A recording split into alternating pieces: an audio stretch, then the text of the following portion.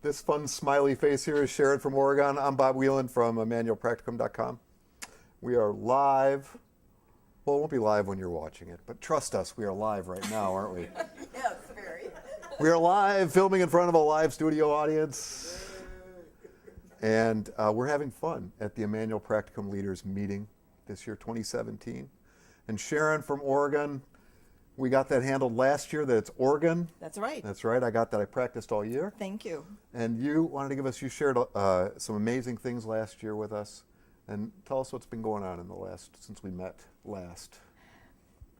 I want to say one thing before that. This joy. Pretty much you have to follow the curriculum. I'm so sorry. You haven't. No, I'm sorry.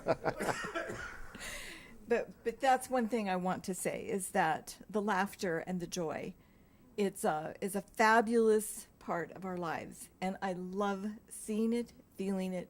We laugh in the kitchen, we laugh in our visitations, we laugh everywhere, and the joy is very healing, and it has come from the depth of our closer encounters with Jesus. Very good. Yes. Unfortunately, sometimes I can feel like the older brother who heard the party and said, "What's that going on?" There's no laughing in church. Sorry, that's prodigal son story. Well, it's also, possibly a need for Immanuel. Oh, I'm working on it. Okay. He's good chipping job. away at that one little by little. It shows. It shows. I don't know. That's We'll good. see.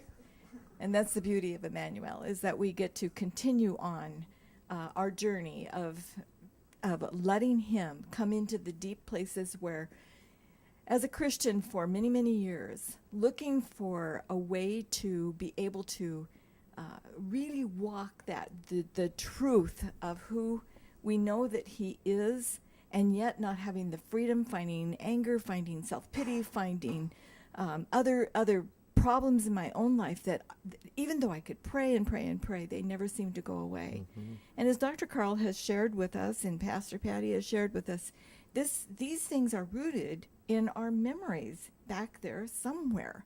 And last year, I shared a piece about self-pity, and that's not an easy or fun thing to talk about, because it's not something that I like to admit.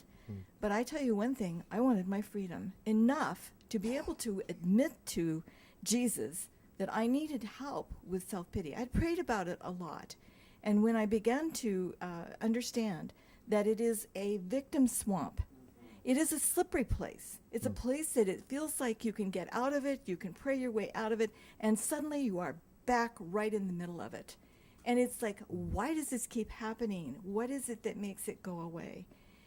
Well, for me, my pathway has been continued, ongoing experiences with Jesus over many different healing avenues and places.